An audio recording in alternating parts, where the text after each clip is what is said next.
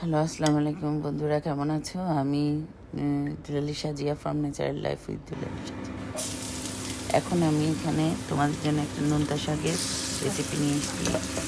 এখানে প্রথমে আমি তেল দিয়ে কিছু পেঁয়াজ কুচি ও রসুন কুচি দিয়ে ভেজে নিচ্ছি।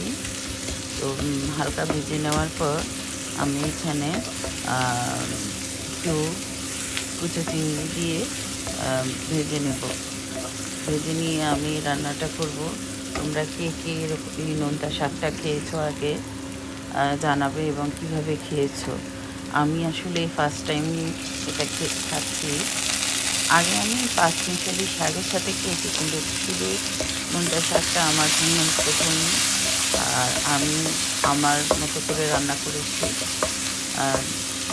রান্নাটা অনেক টেস্টি হয়েছিল। তো তার জন্য আমি তোমাদের সাথে আমার এই কুচো চিংড়ি দিয়ে নোনতা শাক রান্নার রেসিপিটা শেয়ার করছি। এখানে আমি একটু স্বাদ মতো লবণ দিয়ে দিয়েছি, সামান্য একটু জিরার গুঁড়ো দিয়ে দিয়েছি। দিয়ে আমি একটু ধনে গুঁড়ো দিয়ে আমি একটু ভেজে নিচ্ছি পেঁয়াজের সাথে চিংড়িটা। ভেজে নেওয়ার পর আমি এখানে একটু লাল মরিচের গুঁড়ো দিয়ে দিচ্ছি, আধা চা চামচ। আমি কিন্তু সব কিছু একটু একটু করে দিচ্ছি, কারণ শাকের পরিমাণটাও কম। দিয়ে একটু হলুদ গুঁড়ো দিয়ে ভালো করে কষিয়ে নিচ্ছি। আর মশলাটা কিন্তু আমি ভালো করে ভেজে নিব, যেন ভালো মানে যে মশলার কোনো গন্ধ না থাকে। সামান্য একটু আদা রসুন দিয়ে আমি আবার ভেজে নিচ্ছি এবং ভালো করে ভেজে নেওয়ার পর একটু পানি দিয়ে কষিয়ে নেব। তো এতক্ষণ আমার ভিডিওটা যারা দেখেছো তারা কি লাইক বাটন প্রেস করেছো? যদি না করে থাকো প্লিজ তোমাদের লাইক বাটনটা প্রেস করে দিয়ে দাও।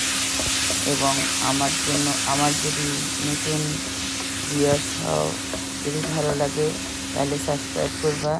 আর যদি ফেসবুক পেজ থেকে দেখো তাহলে অবশ্যই ফলো দিতে ভুলবে না কিন্তু। তো যাই হোক, এখন মশলাটা কষানো শেষ। আমি এখন শাকটাকে ভালো করে কষিয়ে নিব এর সাথে। শাকটা দেখো কিন্তু আমি জাস্ট ছোটো করে কেটে নিয়েছি। আমি এটা কেটে করিনি, একটু একটু সামান্য বড় বড়ই রেখেছি নোনতা শাক, কারণ এটা শাকটা নরম আর রান্না করলে এটা খুব তাড়াতাড়ি সিদ্ধ হয়ে যায়। তো একটু নেড়ে চেড়ে বসিয়ে দিচ্ছি।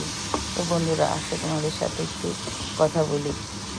তোমরা যারা আমি আসলে ইদানিং আমার নিজের পার্সোনাল কিছু কাজে ব্যস্ত, তাই নিয়মিত হয়তো ভিডিও দিতে পারছি না। কিছুদিন পর পর দেওয়া হচ্ছে। তো দিলেও কিন্তু আমি সবার যে আমার ভিডিও দেখো, কমেন্টস করো, আমি কিন্তু সবার ঘরে একদিন 2 দিন 3 দিন দেরি হলেও আমি কিন্তু প্রতিটা বন্ধুর ঘরে গিয়ে তাদেরকে আমার দায়িত্ব পালন করে দিয়ে আসি। আমি কিন্তু সম্পূর্ণ যখনই যার ভিডিও দেখি আমি কিন্তু পুরোপুরি ভিডিও দেখি, কারণ ভিউটাই আমাদের প্রতিটা ইউটিউবার, ফেসবুক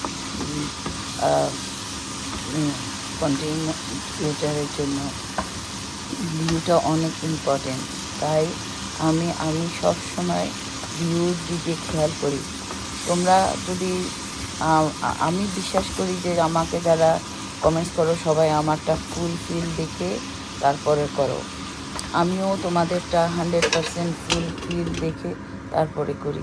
তোমরা এই জায়গায় কেউ আমার সাথে যদি মানে ঠিক ইয়েগুলি না করো, তাহলে তোমাদের কাছে নিজের বিবেকের কাছে থাকবে। আমি কিন্তু সবসময় চেষ্টা করি আমার নিজের